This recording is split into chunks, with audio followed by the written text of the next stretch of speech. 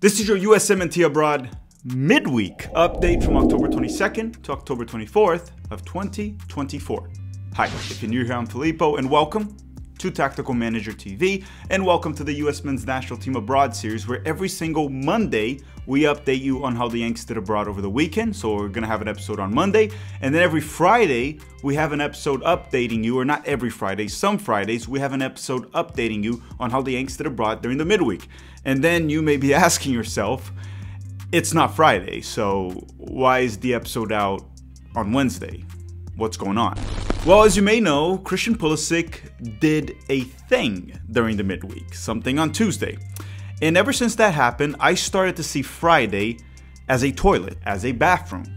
And you know when you really have to go to the bathroom, and as you get closer and closer to it, the urge grows? So, due to Christian Pulisic doing something during the midweek, which we're about to talk about it very soon, the urge to release this video before Friday became too much. And when you gotta go, you gotta go. So we decided to release it on Wednesday. Okay, that's the lie. The truth is, I will be busy on Thursday, and we would either release this video on Wednesday or not release it at all. That's the truth, so that's why it's out on Wednesday. Now, I do want to apologize to all the players that were sacrificed due to playing on Wednesday and Thursday. We're only covering the players that played on Tuesday, which honestly, it's the vast majority. But I made a list right here of players that I'd like to apologize to before we start this episode, because they were going to play on Wednesday. They probably played already by the time you're watching this, and we didn't cover them. And they are Cameron Carter-Vickers from Celtic, Austin Trusty from Celtic that played in the Champions League, Johnny Cardoso from Real Betis, he plays in the Europa Conference League, Leonard Maloney from Heidenheim, they also play in the Conference League, Tanner Tessman from Lyon that plays in the Europa League, and Aiden Morris that was going to play for Middlesbrough, you know, in the EFL Championship. They're all great Americans, and they were sacrificed for our country. Actually, they're still alive. They're fine. They'll be okay. With that said, don't forget to drop a like before we start this episode, because that tells us you enjoy it, and then we'll do more US Men's National Team Abroad episodes during the weekend recap on Monday, and then the midweek recaps, we'll do it on Friday, most of the time. Okay? Roll the episode.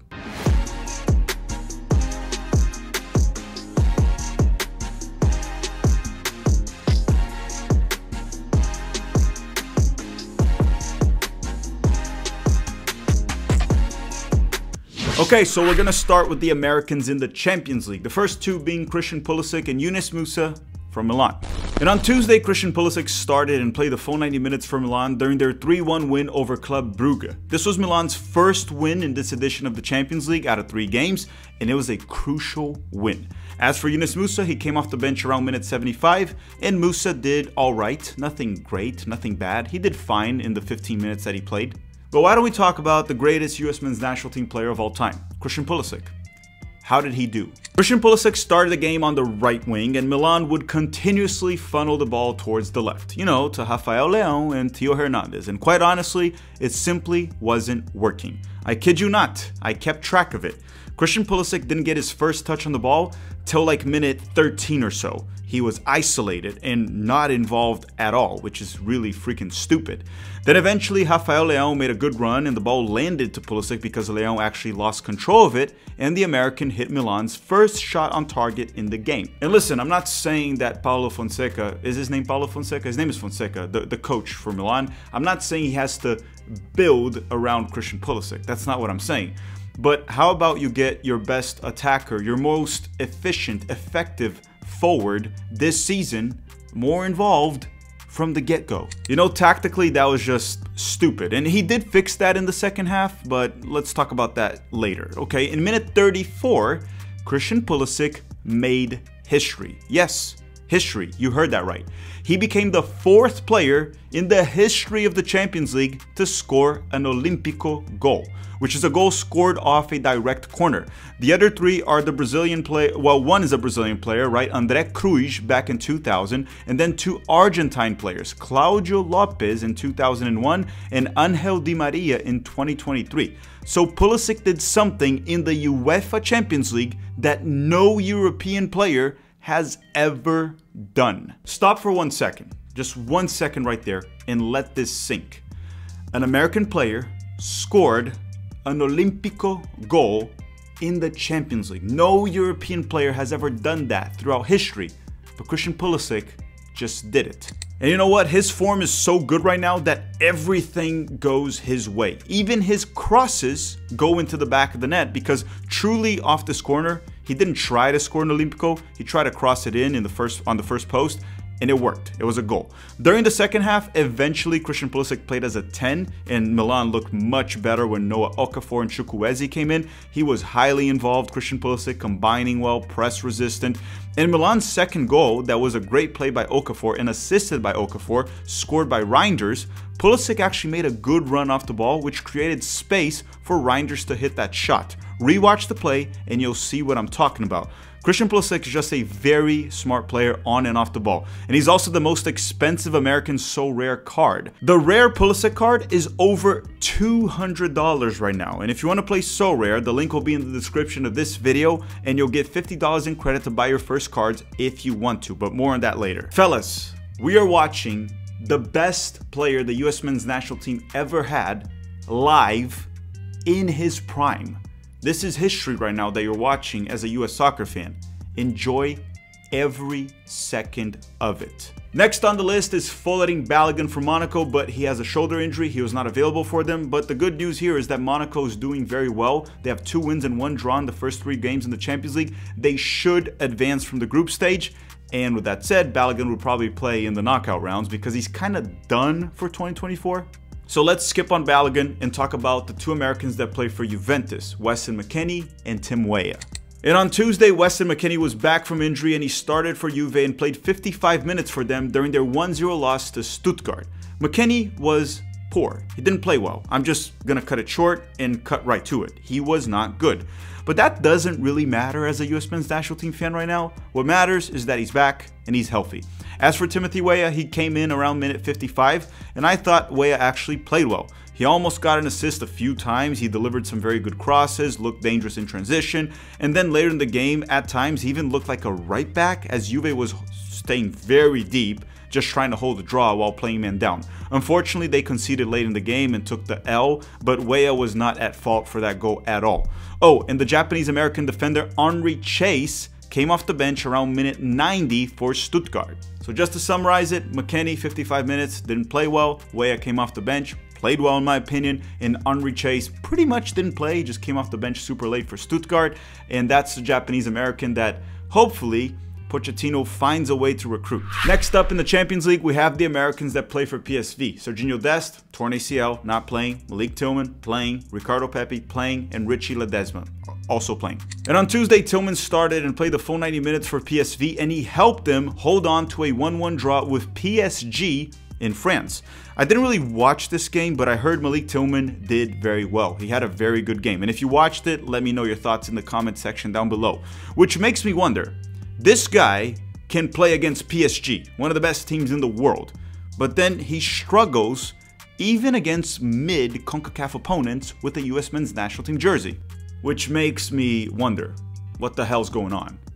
But whatever, hopefully Tillman figures it out for the US men's national team eventually. Ricardo Pepi stayed on the bench the full 90 minutes, and Richie Ledesma was a late sub in the 84th minute to help PSV hold on to the draw. I quickly put the game on towards the end just to see if PSV was going to hold on to that draw, and what I noticed was that Richie Ledesma was actually playing as a right winger and not right back. Which I guess kind of makes sense. He's truly like an attacking mid and a winger, not a right back. But earlier in the season, he was playing always as a right back for PSV. But that's just one thing I noticed towards the very end, right? He only got also 5 minutes. Last but not least, it would have been Gio Reyna, right, from Borussia Dortmund. But again, Gio Reyna is still injured, didn't play for Dortmund. And Dortmund got embarrassed by Real Madrid in the second half with a Vinicius Jr. hat-trick. They lost. They did have a 2-0 lead, but they blew it against Real Madrid, which honestly was kind of expected. The other 2 Americans in the Champions League would have been Cameron Carter-Vickers and Austin Trusty. But as I said, we're releasing this early and they play on Wednesday. So if you watch them play on Wednesday, let us know in the comment section down below if Cameron Carter-Vickers healed from his toe injury, that freaking toe that's always injured, keeps banging it against his own bed, and Austin Trusty that probably played in the Champions League on Wednesday. Now before we continue, because no one here wants Tactical Manager's rent to be late this month, especially the landlord, right? You probably don't care that much, and maybe I don't care that much, but the landlord definitely cares. So a quick word from the sponsor of this video, So Rare. We'll be back in 60 to 90 seconds. Do you collect sports cards? Do you play fantasy sports? Yes, no, maybe. If you said yes to any of that, I got something for you. And if you said no, you might still want to stick around. Tactical Manager TV is partnering up with So Rare with a special offer. The link will be in the description. In So Rare, you can collect your own virtual cards of your favorite players. And then you may be asking, why would I want to collect virtual cards? Well, you can line them up on 5-a-side games every single week. And if your players perform in real life, you can win actual money, signed jerseys, game tickets, or even more cards to improve your own club. And you can also get unique experiences like a friend of the channel, Thiago, that got to meet Zinedine Zidane. You know what's also cool? They also have the NBA and Major League Baseball. I'm mainly gonna just stick to soccer, but you do you. What I really like about So Rare, before we even partnered with them, is that they're unlike other fantasy games where you have to pay per play. In So Rare, you pay to get the players you want permanently as cards. And then you can play multiple times using those same cards, at least until the player retires, win rewards if your players perform in real life. You can also buy undervalued player cards for cheap, then hold, use them in the future when they improve or develop, and then you can even sell that card when its value goes up for better ones. Or just keep the money yourself. If you sign up with the link in the description of this video, you will get $50 in credit to buy your first cards. Again, the link will be in the description. Use that link to make sure you get the special offer. Play with responsibility. All right, enjoy.